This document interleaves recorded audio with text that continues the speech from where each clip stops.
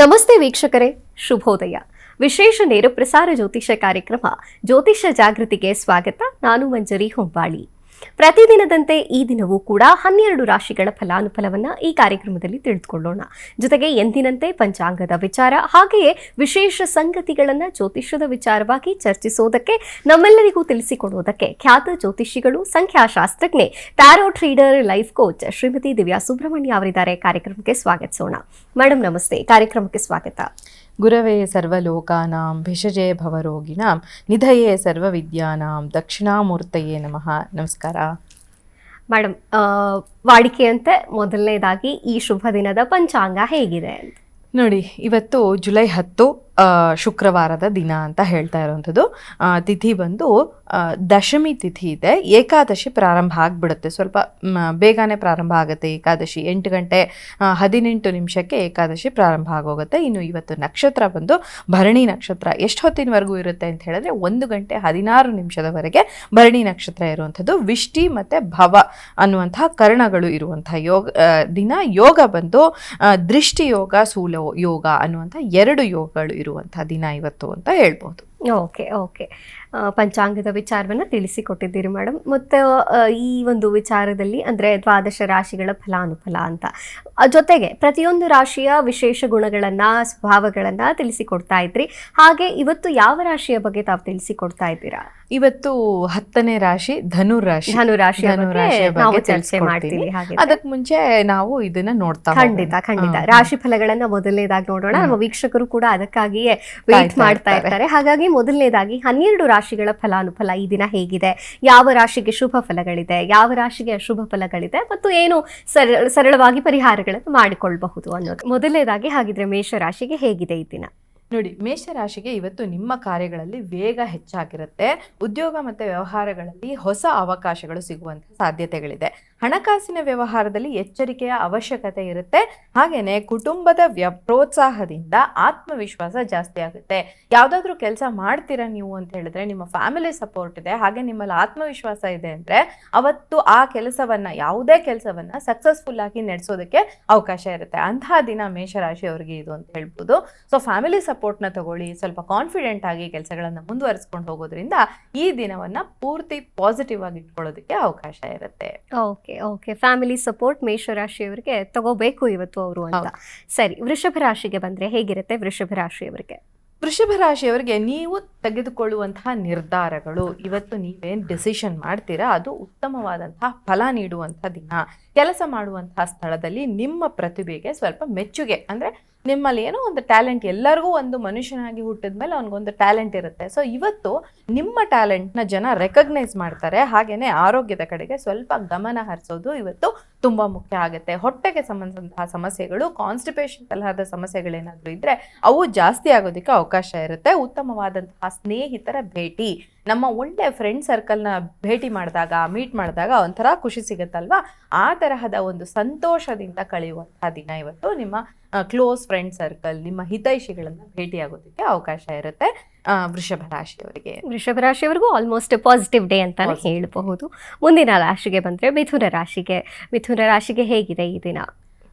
ಇವತ್ತು ಮಿಥುನ ರಾಶಿಯವರಿಗೆ ಹೊಸ ಕೆಲಸಗಳನ್ನು ಆರಂಭ ಮಾಡೋದಕ್ಕೆ ಅನುಕೂಲಕರವಾದಂತಹ ದಿನ ಅಂತ ಹೇಳ್ಬಹುದು. ಮಾತಿನ ಮೂಲಕ ಎಷ್ಟೋ ಸಮಸ್ಯೆಗಳನ್ನು ನೀವು ಇವತ್ತು ಬಗೆಹರಿಸ್ಕೊಳ್ಬಹುದು. ಸಮಸ್ಯೆಗಳು ಬರ್ತವೆ, ಯಾರಿಗ್ರಿ ಬರಲ್ಲ ಸಮಸ್ಯೆಗಳು. ಅಂತಹ ಸಮಸ್ಯೆಗಳನ್ನ ಮಾತಾಡಿ ಬಗೆಹರಿಸ್ಕೊಳ್ಬೇಕು. ಸುಮ್ಮನೆ ನಾವು ಒಳಗಡೆನೆ ಮನಸ್ಸಲ್ಲೇ ಮಂಡಿಗೆ ತಿನ್ನಬಾರ್ದು ಅಂತ ಹೇಳ್ತೀವಲ್ಲ, ಹಾಗೆ ಮಾಡದೆ ಸ್ವಲ್ಪ ಮಾತಾಡಿ ಸಮಸ್ಯೆಗಳನ್ನು ಬಗೆಹರಿಸ್ಕೊಳ್ಬಹುದು, ಸುಲಭವಾಗಿ ಬಗೆಹರಿಸ್ಕೊಳ್ಬಹುದು ಅಂತೇಳಿ. ಹಾಗೆಯೇ ವಿದ್ಯಾರ್ಥಿಗಳಿಗೆ ಉತ್ತಮವಾದಂತಹ ಏಕಾಗ್ರತೆ ದೊರೆಯುವಂತಹ ದಿನ ಇವತ್ತು ಅಂತ ಹೇಳ್ಬೋದು. ಆದರೆ ಅನಗತ್ಯ ಖರ್ಚುಗಳನ್ನು ನೀವು ನಿಯಂತ್ರಿಸಬೇಕಾಗತ್ತೆ. ಮಿಥುನ ರಾಶಿಯವರಿಗೆ ಇವತ್ತು ಅನ್ವಾಂಟೆಡ್ ಆದಂತಹ ಖರ್ಚುಗಳು ಬರೋದಕ್ಕೆ ಅವಕಾಶ ಇರುತ್ತೆ. ಸೊ ಇವತ್ತು ಇದನ್ನು ಪರ್ಚೇಸ್ ಮಾಡಬೇಕಾ ಬೇಡವಾ ಅನ್ನುವಂತಹ ಯೋಚನೆ ಮಾಡಿ ಇವತ್ತು ನೀವು ಖರ್ಚುಗಳನ್ನು ಮಾಡಬೇಕಾಗತ್ತೆ. ಓಕೆ. ಮಿಥುನ ರಾಶಿಯವರು ಖರ್ಚಿನ ಬಗ್ಗೆ ಸ್ವಲ್ಪ ಗಮನವನ್ನು ಹರಿಸಬೇಕು ಅಂತ. ಮುಂದಿನ ರಾಶಿಗೆ ಬಂದ್ರೆ ಕರ್ಕಾಟಕ ರಾಶಿಗೆ ಹೇಗಿದೆ ಇವತ್ತು? ಕರ್ಕಾಟಕ ರಾಶಿಯವರಿಗೆ ಕುಟುಂಬದ ಜವಾಬ್ದಾರಿಗಳನ್ನು ಸಮರ್ಥವಾಗಿ ನೀವು ನಿಭಾಯಿಸ್ತೀರಾ. ತುಂಬ ಚೆನ್ನಾಗಿ ಒಂದು ಫ್ಯಾಮಿಲಿ ರೆಸ್ಪಾನ್ಸಿಬಿಲಿಟೀಸ್ ಏನಿರುತ್ತೆ ಅದನ್ನು ನೀವು ಕ್ಯಾರಿ ಮಾಡಿ ಒಂದು ಒಳ್ಳೆ ರೀತಿಯಲ್ಲಿ ಅದನ್ನು ಫುಲ್ಫಿಲ್ ಮಾಡಿಕೊಡ್ತೀರಾ ಅಂತ ಹೇಳ್ಬೋದು. ಹಾಗೆಯೇ ಹಿರಿಯರ ಒಂದು ಸಹಕಾರ ನಿಮಗೆ ಇವತ್ತು ದೊರೆಯುತ್ತೆ. ನೀವು ಮಾಡ್ತೀರಾ ಕೆಲಸನ, ಫ್ಯಾಮಿಲಿ ಮೆಂಬರ್ಸಿಗೆ ಹೆಲ್ಪ್ ಮಾಡ್ತೀರಾ, ಹೊರಗಡೆನೂ ಎಲ್ಲರ ಜೊತೆನೂ ಚೆನ್ನಾಗಿರ್ತೀರಾ. ಅದರ ಜೊತೆಗೆ ಹಿರಿಯರ ಒಂದು ಸಹಕಾರ, ಅವರ ಒಂದು ಗೈಡೆನ್ಸ್ ಇದ್ದರೆ ನಿಮ್ಮ ಡೇ ಇನ್ನೂ ಚೆನ್ನಾಗಿರುತ್ತಲ್ವಾ. ಅಂತಹ ದಿನ ಮನಸ್ಸಿಗೆ ನೆಮ್ಮದಿ ನೀಡುವ ಒಂದು ಸುದ್ದಿಯನ್ನು ಕೇಳ್ತೀರಾ, ಒಂದು ಹ್ಯಾಪಿನೆಸ್ ಕೊಡುವಂತಹ ಒಂದು ಸುದ್ದಿಯನ್ನು ಕೇಳೋದಕ್ಕೆ ಅವಕಾಶ ಇರುತ್ತೆ. ಆರೋಗ್ಯ ಸ್ವಲ್ಪ ಸಾಮಾನ್ಯವಾಗಿರುತ್ತೆ, ತುಂಬ ದೊಡ್ಡ ಮಟ್ಟದ ಸಮಸ್ಯೆಗಳೇನು ಇವತ್ತು ಆರೋಗ್ಯದಲ್ಲಿ ಬರೋದಿಲ್ಲ. ಆರೋಗ್ಯ ನೀವು ಮಾಡುವಂತಹ ಕೆಲಸಗಳಿಗೆ ಸಪೋರ್ಟಿವ್ ಆಗೇ ಇರುತ್ತೆ. ಓಕೆ ಓಕೆ ಕಟಕ ರಾಶಿಯವರು ಆರೋಗ್ಯದ ಬಗ್ಗೆ ಸ್ವಲ್ಪ ಎಚ್ಚರಿಕೆ ವಹಿಸಬೇಕಾ ಇವತ್ತು, ಹೇಗಿರುತ್ತೆ? ಪರವಾಗಿಲ್ಲ, ಇವತ್ತು ಅವ್ರಿಗೆ ತುಂಬ ದೊಡ್ಡ ಮಟ್ಟದ ಸಮಸ್ಯೆ ಏನೂ ಇರೋದಿಲ್ಲ. ಅವರ ಆರೋಗ್ಯ ಕೆಲಸ ಮಾಡುವಂಥ ಸಾಮಾನ್ಯ ಆರೋಗ್ಯ ಪರಿಸ್ಥಿತಿಗೆ ಇರುತ್ತೆ, ಬಟ್ ಅವ್ರು ಮಾಡುವಂತಹ ಕೆಲಸಗಳಿಗೆ ಸಪೋರ್ಟಿವ್ ಆಗಿ ಇರುತ್ತೆ. ಓಕೆ, ಮುಂದಿನ ರಾಶಿಗೆ ಬಂದರೆ ಸಿಂಹರಾಶಿಯವರಿಗೆ ಹೇಗಿದೆ ಈ ದಿನ? ಸಿಂಹರಾಶಿಯವರಿಗೆ ಆತ್ಮವಿಶ್ವಾಸ ಮೊದಲೇ ಜಾಸ್ತಿ. ಆತ್ಮವಿಶ್ವಾಸದಿಂದ ಕೆಲಸವನ್ನು ಮಾಡಬೇಕು ಅಂತ ಹೊರಟಾಗ ನಿಮಗೆ ಯಶಸ್ಸು ದೊರೆಯೋದಕ್ಕೆ ಅವಕಾಶ ಇರುತ್ತೆ. ವ್ಯಾಪಾರದಲ್ಲಿ ಹೊಸ ಸಂಪರ್ಕಗಳಾಗ್ತವೆ, ಆ ಸಂಪರ್ಕಗಳು ಲಾಭದಾಯಕವಾಗಿರುತ್ತೆ.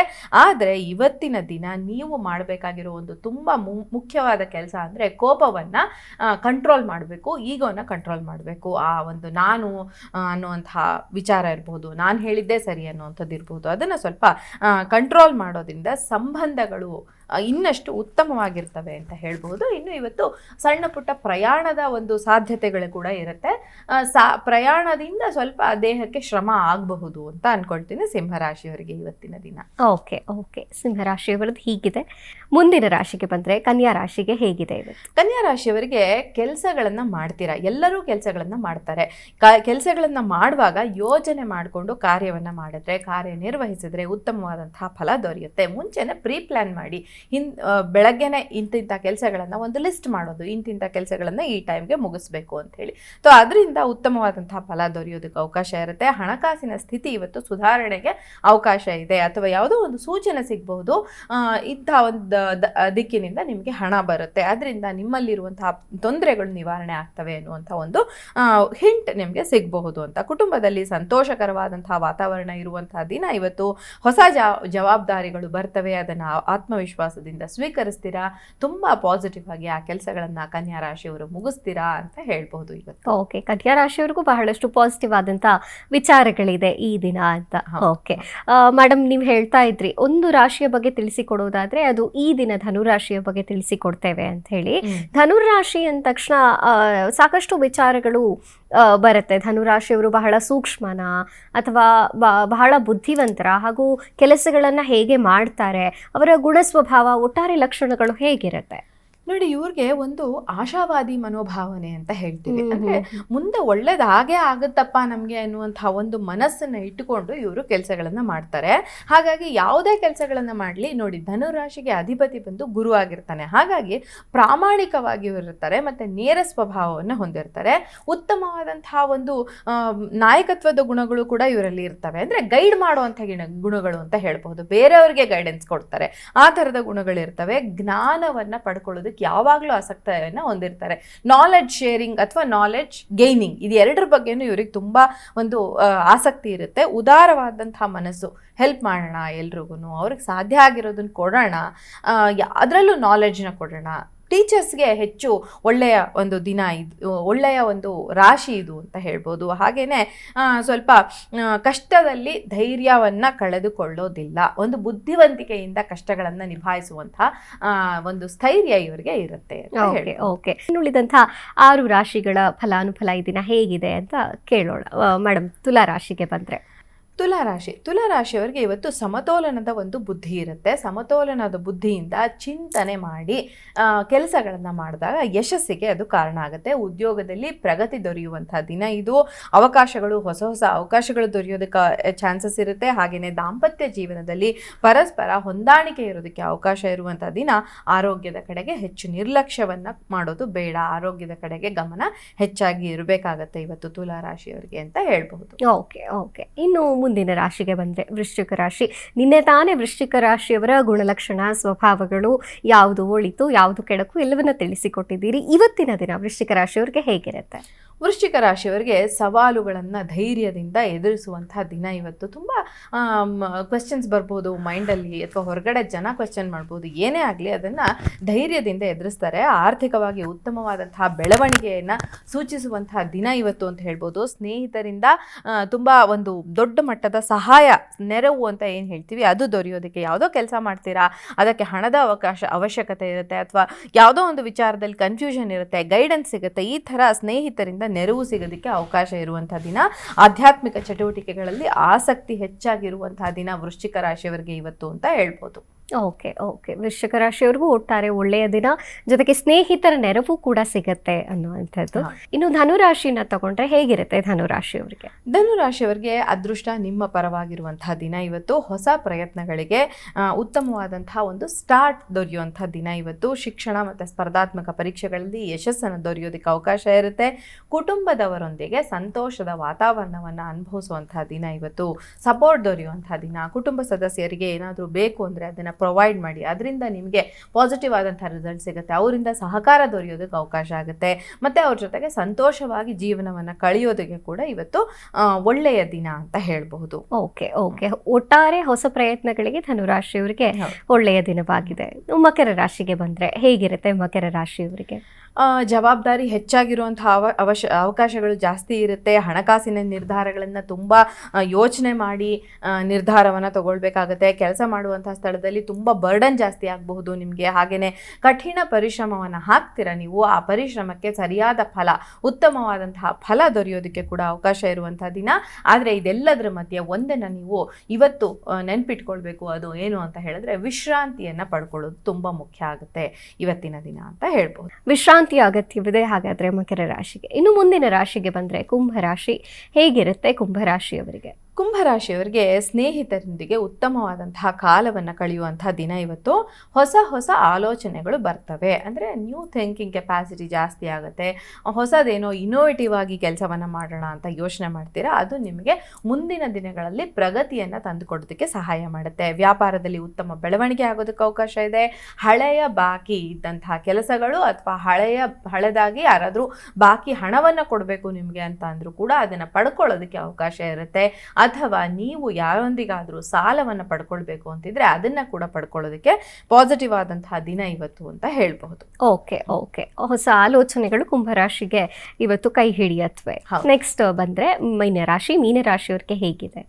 ಮೀನರಾಶಿಯವರಿಗೆ ಮನಸ್ಸಿಗೆ ಶಾಂತಿ ಇರುವಂತಹ ದಿನ ಇವತ್ತು. ಆತ್ಮವಿಶ್ವಾಸ, ಮನಃಶಾಂತಿ ಎರಡೂ ಇರುತ್ತೆ ಇವರಿಗೆ. ಅದೆರಡು ಹೆಚ್ಚಾಗೋದಕ್ಕೆ ಕೂಡ ಇವತ್ತು ಚಾನ್ಸಸ್ ಇರುತ್ತೆ. ಕುಟುಂಬದಲ್ಲಿ ಶುಭಕರವಾದಂತಹ ವಾತಾವರಣ ಇರುವಂತಹ ದಿನ.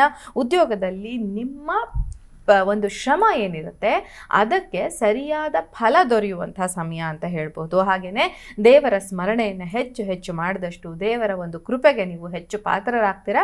ಇವತ್ತಿನ ದಿನವನ್ನು ಒಂದು ಆಧ್ಯಾತ್ಮಿಕ ಚಿಂತನೆಗಳ ದಿನವನ್ನಾಗಿ ನೀವು ಮಾಡಿಕೊಂಡ್ರೆ ಇನ್ನೂ ಹೆಚ್ಚು ಪಾಸಿಟಿವ್ ಆದಂತಹ ದಿನವನ್ನಾಗಿ ಟರ್ನ್ ಮಾಡ್ಕೋಬಹುದು ಇದನ್ನ ಅಂತ ಹೇಳ್ಬೋದು ಮೀನರಾಶಿಯವರಿಗೆ. ಓಕೆ ಓಕೆ ದೇವರ ಸ್ಮರಣೆ, ಆಧ್ಯಾತ್ಮ ಚಿಂತನೆ ಮುಖ್ಯ.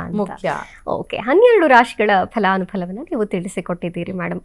ಇನ್ನು ಧನುರಾಶಿಯ ವಿಚಾರಕ್ಕೆ ಅಂತ ಬಂದರೆ, ಧನುರಾಶಿಯವರು ಯಾವ ರೀತಿಯಾಗಿ ಆಲೋಚನೆ ಮಾಡ್ತಾರೆ, ಅವರ ಆಲೋಚನಾ ಲಹರಿ ಹೇಗಿರುತ್ತೆ, ಮತ್ತು ಗುಣ ಸ್ವಭಾವ ಅಂತ ಬಂದಾಗ ಬಹಳ ಕಠಿಣ ಮನಸ್ಸಿನವರ ಅಥವಾ ಮೃದು ಮನಸ್ಸಿನವರ ಹೇಗಿರುತ್ತೆ, ಹೇಗೆ ಬ್ಯಾಲೆನ್ಸ್ ಮಾಡ್ತಾರೆ ಧನುರಾಶಿಯವರು? ನೋಡಿ, ಇವರು ಒಂಥರ ಬ್ಯಾಲೆನ್ಸ್ಡ್ ಪರ್ಸನಾಲಿಟಿ ಅಂತಾನೆ ಹೇಳ್ಬೋದು. ಈ ಧನುರಾಶಿಯವರು ಏನಿದ್ದಾರೆ ಇವರುಗಳಿಗೆ ಒಂದು ಗುರುವಿನ ತತ್ವ ಇವ್ರ ಮನಸ್ಸಲ್ಲೇ ಇರುತ್ತೆ, ಇವರ ಒಂದು ಪರ್ಸನಾಲಿಟಿನಲ್ಲಿ ಇರುತ್ತೆ ಅಂತ ಹೇಳ್ಬೋದು. ಸೊ ಪರ್ಸನಾಲಿಟಿ ಗುರುವಿನ ತತ್ವ ಅಂದ ತಕ್ಷಣ ಸ್ವಲ್ಪ ದಪ್ಪ ಆಗೋದಕ್ಕೆ ಬೇಗ ಚಾನ್ಸಸ್ ಇರುತ್ತೆ ಅಂತ. ಸೊ ಫುಡ್ನಲ್ಲಿ ಇವರು ತುಂಬ ಕಂಟ್ರೋಲ್ ಮಾಡಬೇಕಾಗತ್ತೆ, ಅಥವಾ ಬ್ಯಾಲೆನ್ಸ್ಡ್ ಫುಡ್ನ ತಗೊಳ್ಬೇಕಾಗತ್ತೆ ಅಂತ ಹೇಳಿ. ಅವಾಗ ಮಾತ್ರ. ಆಮೇಲೆ ರೆಗ್ಯುಲರ್ ಡಯಟ್ನ ಫಾಲೋ ಮಾಡುವಂಥದ್ದು, ಇದನ್ನ ಮಾಡ್ಕೊಳ್ಳೋದ್ರಿಂದ ಅವರ ಒಂದು ದೇಹವನ್ನ ಸರಿಯಾಗಿ ಇಟ್ಕೊಳ್ಳೋದಕ್ಕೆ ಅವಕಾಶ ಇರುತ್ತೆ. ಕೆಲವೊಂದ್ಸರಿ ಇವ್ರು ಏನ್ ಮಾಡ್ತಾರೆ ಅಂದ್ರೆ ತುಂಬಾ ನೇರವಾಗಿ ಮಾತಾಡ್ತಾರೆ, ಅದರಿಂದ ಬೇರೆಯವರಿಗೆ ತೊಂದರೆ. ಇದು ಒಂದು ದುರ್ಬಲತೆ ಅಂತ ಹೇಳ್ಬೋದು. ಬಾಣ ಹೊಡೆದ ಹಾಗೆ ಒಂದು ಮಾತುಗಳನ್ನ ಆಡಿ ಕಿರಿಕಿರಿಯನ್ನ ಮಾಡೋದಕ್ಕೆ ಎರಡಕ್ಕೂ ಚಾನ್ಸಸ್ ಚಾನ್ಸಸ್ ಇರುತ್ತೆ ಇವರು ಧನುರಾಶಿಯವರು ಅಂತ ಹೇಳ್ಬೋದು. ಸ್ವಲ್ಪ ಕೆಲವು ಸಾರಿ ಈ ಗುರುಗಳಿಗೆ ವಯಸ್ಸಾಗಿರುವಂತಹ ಗುರುಗಳಿಗೆ ತಾಳ್ಮೆ ಕಡಿಮೆ ಇರುತ್ತೆ, ಅದನ್ನ ನೋಡಿರ್ಬೋದು. ಆ ತರಹದ ತಾಳ್ಮೆಯ ಕೊರತೆ ಇವ್ರಿಗೆ ಕೆಲವು ಸರಿ ಇರುತ್ತೆ. ಒಂದು ಕೆಲಸವನ್ನ ಮುಗಿಯೋದಕ್ಕೆ ಮೊದಲೇ ಇನ್ನೊಂದು ಕೆಲಸವನ್ನ ತಗೊಂಡ್ಬಿಡ್ತಾರೆ. ಅಂದ್ರೆ ಇದು ಇನ್ನೂ ಕಂಪ್ಲೀಟೇ ಆಗಿರಲ್ಲ, ಅದು ಡ್ಯೂ ಇಟ್ಬಿಟ್ಟು ಬೇರೆ ಕೆಲಸಗಳನ್ನ ತಗೊಳ್ಳುವಂಥದ್ದು. ಒಂದೊಂದು ಸರಿ ಏನಾಗುತ್ತೆ ಅಂದ್ರೆ ಇವ್ರಿಗೆ ಆತ್ಮವಿಶ್ವಾಸ ಇರಬೇಕು, ಮನುಷ್ಯನಿಗೆ ಆತ್ಮವಿಶ್ವಾಸ ಇರೋದು ತುಂಬಾ ಮುಖ್ಯ. ಆದ್ರೆ ಅತಿಯಾದ ಆತ್ಮವಿಶ್ವಾಸ ಇರುವಂತಹ ಅವಕಾಶ ಇರುತ್ತೆ. ಮತ್ತೆ ಸಣ್ಣ ಸಣ್ಣ ವಿಚಾರಗಳಲ್ಲಿ ಒಂದು ನಿರ್ಲಕ್ಷ್ಯ, ಕೆಲಸ ಮಾಡ್ತಾ ಇರ್ತಾರೆ, ಏನೋ ಮೈನ್ಯೂಟ್ ಥಿಂಗ್ಸ್ ಇರುತ್ತೆ, ಅದು ತುಂಬಾ ದೊಡ್ಡ ಮಟ್ಟದಲ್ಲಿ ಎಫೆಕ್ಟ್ ಮಾಡ್ತಾ ಇರುತ್ತೆ, ಅದು ಅವ್ರಿಗೆ ಗೊತ್ತಾಗೋದೇ ಇಲ್ಲ. ಸಣ್ಣ ಸಣ್ಣ ವಿಚಾರಗಳಲ್ಲಿ ನಿರ್ಲಕ್ಷ್ಯವನ್ನ ಮಾಡಿ ಸ್ವಲ್ಪ ಆ ನಂತರ ಅದ್ರ ಬಗ್ಗೆ ರಿಗ್ರೆಟ್ಸ್ನ ಫೀಲ್ ಮಾಡೋದಕ್ಕೆ ಅವಕಾಶ ಇರುತ್ತೆ ಅಂತ ಹೇಳ್ಬಹುದು.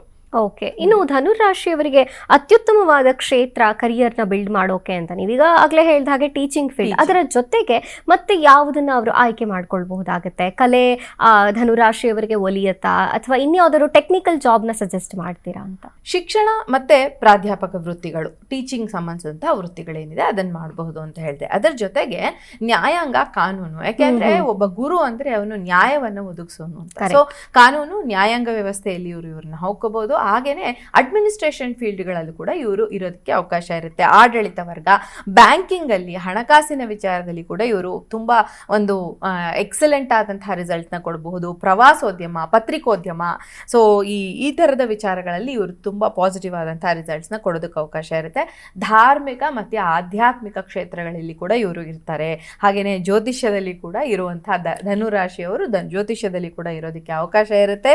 ಹಾಗೇನೆ ಇವ್ರಿಗೆ ಇನ್ನೊಂದು ತುಂಬಾ ಮುಖ್ಯವಾದ ಒಂದು ಇತ್ತೀಚಿನ ದಿನಗಳಲ್ಲಿ computer science field, technical field ಅಲ್ಲಿ ಕಂಪ್ಯೂಟರ್ ಸೈನ್ಸ್ ರಿಲೇಟೆಡ್ ಏನಾದರೂ ಕೆಲಸವನ್ನ ಮಾಡ್ತಿದ್ರೆ ಇವ್ರಿಗೆ ತುಂಬಾ ಪಾಸಿಟಿವ್ ಆದಂತಹ ರಿಸಲ್ಟ್ಸ್ನ ಕೊಡೋದಕ್ಕೆ ಅವಕಾಶ ಇರುತ್ತೆ ಅಂತ ಹೇಳ್ಬೋದು. ಓಕೆ, ನನ್ನ ಪ್ರಶ್ನೆ ಕೂಡ ಅದೇ ಆಗಿತ್ತು. ಬಹಳಷ್ಟು ಗುರುಗಳು ಧನುರಾಶಿಯವರೇ ಆಗಿರ್ತಾರೆ, ಮಠಾಧಿಪತಿಗಳು, ಸ್ವಾಮೀಜಿಗಳು ಅಥವಾ ಯಾವುದೋ ಆಧ್ಯಾತ್ಮಿಕ ಚಿಂತಕರು, ಹೀಗೆಲ್ಲ ತೆಗೆದುಕೊಂಡಾಗ ಧನುರಾಶಿಯವರೇ ಸ್ವಾಮೀಜಿಗಳಾಗ್ತಾರೆ, ಪೀಠಾಧಿಪತಿಗಳಾಗ್ತಾರೆ, ಅಥವಾ ಎಲ್ಲವನ್ನ ಬಿಟ್ಟು ಅದರ ವೈರಾಗ್ಯವನ್ನ ತೆಗೆದುಕೊಂಡು ಸನ್ಯಾಸ ಒಂದು ಯೋಗಕ್ಕೂ ಹೋಗುವಂಥದ್ದು ಧನುರಾಶಿಯವರು ಜಾಸ್ತಿ ಅಂತ. ಇದು ಊಹೆನಾ, ಅಲ್ಲಾದ್ರೆ ಇದು ರೂಮರ್ಸಾ ಅಥವಾ ನಿಜವಾಗಿಯೂ ಹೀಗಿರುತ್ತಾ ಅಂತ? ಇದು ಇವರಲ್ಲಿ ಒಂದು ಗುರುವಿನ ತತ್ವ ಇರುತ್ತೆ ಅನ್ನೋದಂತೂ ನಿಜ. ಯಾಕೆಂದ್ರೆ ಒಂದು ಗುರು ಸ್ಥಾನಕ್ಕೆ ಬರಬೇಕು ಅಂದ್ರೆ ಧನುರಾಶಿಯವರಿಗೆ ಗುರು ಸ್ಥಾನಕ್ಕೆ ಬರುವಂತಹ ಎಲ್ಲ ಒಂದು ಸಾಮರ್ಥ್ಯ ಅವ್ರಿಗೆ ಇರೋದಕ್ಕೆ ಅವಕಾಶ ಇರುತ್ತೆ. ಬಟ್ ನಾವು ಇದು ಮಠಾಧಿಪತಿಗಳು, ಸನ್ಯಾಸಿಗಳು ಅಂತ ಏನ್ ಹೇಳ್ತೀವಿ, ಇವ್ರ ಬಗ್ಗೆ ನಾವು ಮಾತಾಡುವಾಗ ತುಂಬಾ ಕೇರ್ಫುಲ್ ಆಗಿ ಮಾತಾಡ್ಬೇಕಾಗತ್ತೆ. ಯಾಕೆ ಅಂತ ಹೇಳಿದ್ರೆ ಮಠಾಧಿಪತಿಗಳಾಗೋದಕ್ಕೆ 4th ಹೌಸ್ ಸ್ವಲ್ಪ ಕೆಟ್ಟಿರ್ಬೇಕು. ಯಾಕೆ ಅಂದ್ರೆ ಅದು ಸುಖಸ್ಥಾನ ಅಂತ ಹೇಳ್ತೀವಿ. ಆ ಸುಖಸ್ಥಾನ ಹಾಳಾಗಿರ್ಬೇಕು. ಪಂಚಮ ಸ್ಥಾನ ಅಷ್ಟೇನು ಚೆನ್ನಾಗಿರೋದಿಲ್ಲ ಸಾಮಾನ್ಯವಾಗಿ. ಯಾಕೆಂದ್ರೆ ಪಂಚಮ ಸ್ಥಾನವನ್ನ ನಾವು ಸಂತಾನಕ್ಕೆ ನೋಡ್ತೀವಿ. ಈ ಸ್ವಾಮೀಜಿಗಳು ಅಥವಾ ಮಠಾಧಿಪತಿಗಳಿಗೆ ವಿವಾಹ, ಸಂತಾನ ಇದೆಲ್ಲ ಆಗದೆ ಇರೋಂಥ ವಿಚಾರ ಆಗಿರೋದ್ರಿಂದ ಪಂಚಮ ಸ್ಥಾನ, ಕೆಲವು ಮಠಾಧಿಪತಿಗಳಿಗೆ ನಾನು ನೋಡಿದ್ದೀನಿ ಪಂಚಮ ಸ್ಥಾನ ಕೂಡ ತುಂಬಾ ಚೆನ್ನಾಗಿರುತ್ತೆ. ಯಾಕೆ ಅಂತ ಹೇಳಿದ್ರೆ ಪಂಚಮ ಸ್ಥಾನವನ್ನ ಶಿಷ್ಯ ವೃಂದದವರಿಗೆ ಅಂತ ಕೂಡ, ಅವ್ರನ್ನ ಫಾಲೋ ಮಾಡೋರಿಗೆ ಕೂಡ ಪಂಚಮ ನೋಡ್ತೀವಿ. ಹಾಗಾಗಿ ಬಟ್ ಈ ವಿಚಾರ ತುಂಬಾ ಡೀಪ್ ಆದಂತ ವಿಚಾರ. ಇನ್ನೊಮ್ಮೆ ಇದ್ರ ಬಗ್ಗೆ, ಸನ್ಯಾಸ ಯೋಗದ ಬಗ್ಗೆ ನಾವು ಮಾತಾಡೋಣ.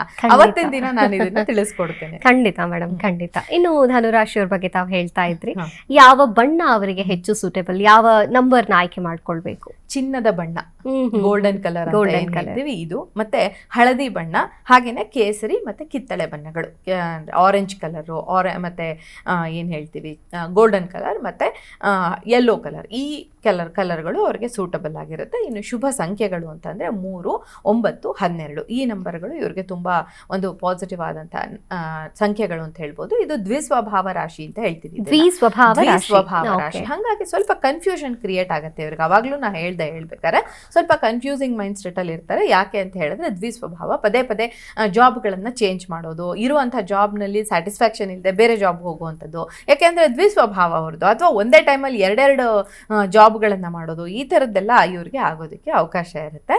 ಇನ್ನು ಶುಭ ದಿನಗಳು ಅಂತ ನಾವು ನೋಡೋದಾದ್ರೆ ಗುರುವಾರ ಮತ್ತೆ ಭಾನುವಾರ, ಈ 2 ದಿನಗಳು ಇವ್ರಿಗೆ ತುಂಬಾ ಪಾಸಿಟಿವ್ ಆದಂತಹ ದಿನಗಳು ಅಂತ ಹೇಳಿ. ಇನ್ನು ಖಂಡಿತ ಮುಂದುವರಿಸಿ. ರತ್ನನ ನಾನು ಮೆನ್ಷನ್ ಮಾಡ್ಬಿಡೋಣ ಅಂತ. ಯಾಕೆ ಅಂದ್ರೆ ಪುಷ್ಯರಾಗ, ಕನಕ ಪುಷ್ಯರಾಗ ಅಂತ ಹೇಳ್ತೀವಿ. ಯೆಲ್ಲೋ ಸಫೈರ್ ಅನ್ನುವಂತಹ ಒಂದು ಏನು ಕ್ರಿಸ್ಟಲ್ ಇದೆ, ಅಂದರೆ ಸ್ಟೋನ್ ಇದೆ, ಜಮ್ ಸ್ಟೋನ್ ಇದೆ, ಅದನ್ನು ಧಾರಣೆ ಮಾಡೋದ್ರಿಂದ ಪಾಸಿಟಿವ್ ಆದಂತಹ ರಿಸಲ್ಟ್ಸ್ನ ಪಡ್ಕೊಳ್ಳೋದಕ್ಕೆ ಅವಕಾಶ ಇರುತ್ತೆ ಅಂತ. Okay okay. ಇನ್ನು ಕ್ರಿಸ್ಟಲ್ ಬಗ್ಗೆ ನೀವು ಮಾತಾಡ್ತಾ ಇದ್ರಿ, ಯಾವ ಯಾವ ಕ್ರಿಸ್ಟಲ್ನ ಧನುರಾಶಿಯವರು ಧರಿಸಬಹುದು? ಧನುರಾಶಿಯವರಿಗೆ ತುಂಬಾ ಪಾಸಿಟಿವ್ ಆದಂತಹ ಒಂದು ಕ್ರಿಸ್ಟಲ್ ಅಂತ ಹೇಳಿದ್ರೆ ಸಿಟ್ರಿನ್ ಅನ್ನುವಂತಹ ಕ್ರಿಸ್ಟಲ್. ಸೊ ನಾನು ಇವತ್ತು ಅದನ್ನ ಧಾರಣೆ ಮಾಡ್ಕೊಂಡು ಬಂದಿದ್ದೀನಿ, ನಮ್ಮ ವೀಕ್ಷಕರಿಗೆ ತೋರ್ಸೋಣ ಅದನ್ನ ಒಂದ್ಸರಿ. ಸೊ ಇಲ್ಲಿ ಪೈರೇಟ್ ಮತ್ತೆ ಕ್ರಿಸ್ಟಲ್, ಇದು ಸಿಟ್ರಿನ್ ಅನ್ನುವಂತ 2 ಕ್ರಿಸ್ಟಲ್ಗಳಿದೆ. ಸೊ ಇದು ಲೈಟ್ ಯೆಲ್ಲೋ ಕಲರ್ ಇರುವಂತಹ ಕ್ರಿಸ್ಟಲ್. ಇದು ತುಂಬಾ ಪಾಸಿಟಿವ್ ಆದಂತಹ ರಿಸಲ್ಟ್ಸ್ ಇರುವಂತಹ ದೋಷಗಳನ್ನು ನಿವಾರಣೆ ಮಾಡುವಂತಹ ಕ್ರಿಸ್ಟಲ್ ಆಗಿರುತ್ತೆ.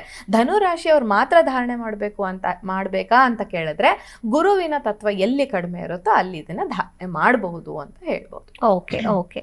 ಇನ್ನು ಧನುರಾಶಿಯವರು ಯಾವ ದೇವರನ್ನ ಆರಾಧನೆ ಮಾಡಬೇಕು, ಹೇಗೆ ಆರಾಧನೆ ಮಾಡಬೇಕು ಅಂತ ನೋಡಿ, ಧನುರಾಶಿಯವರು ಯಾವುದೇ ಗುರುಗಳ ಆರಾಧನೆಯಿಂದ ತುಂಬಾ ಪಾಸಿಟಿವ್ ಆದಂತಹ ರಿಸಲ್ಟ್ಸ್ ಬರುತ್ತೆ. ಗುರುಗಳು ಅಂತ ಹೇಳಿದ್ರೆ ನಾವು ಕಲಿಯುಗದ ಪ್ರತ್ಯಕ್ಷ ದೈವ ರಾಘವೇಂದ್ರ ಸ್ವಾಮಿಗಳನ್ನ ಆರಾಧನೆ ಮಾಡ್ಬೋದು, ಹಾಗೇನೆ ದತ್ತಾತ್ರೇಯರನ್ನ ಆರಾಧನೆ ಮಾಡ್ಬೋದು, ಹಾಗೇನೆ ದಕ್ಷಿಣಾಮೂರ್ತಿಯನ್ನ ಆರಾಧನೆ ಮಾಡೋದು ಕೂಡ ಇವ್ರಿಗೆ ತುಂಬಾ ಪಾಸಿಟಿವ್ ಆದ ರಿಸಲ್ಟ್ಸ್ನ ತಂದುಕೊಡುತ್ತೆ. Okay okay. ಧನುರಾಶಿಯವರ ಬಗ್ಗೆ ಸಮಗ್ರ ವಿಚಾರಗಳನ್ನ, ಮಾಹಿತಿಯನ್ನ, ಬಹಳಷ್ಟು ವಿಶೇಷ ಸಂಗತಿಗಳನ್ನ ಕೂಡ ತಿಳಿಸಿಕೊಟ್ಟಿದ್ದೀರಿ ಮೇಡಮ್. ಜೊತೆಗೆ 12 ರಾಶಿಗಳ ಫಲಾನುಫಲ ಎಂದಿನಂತೆ ತಿಳಿದುಕೊಂಡಿದ್ದೇವೆ. ಧನ್ಯವಾದಗಳು. ನಮಸ್ಕಾರ.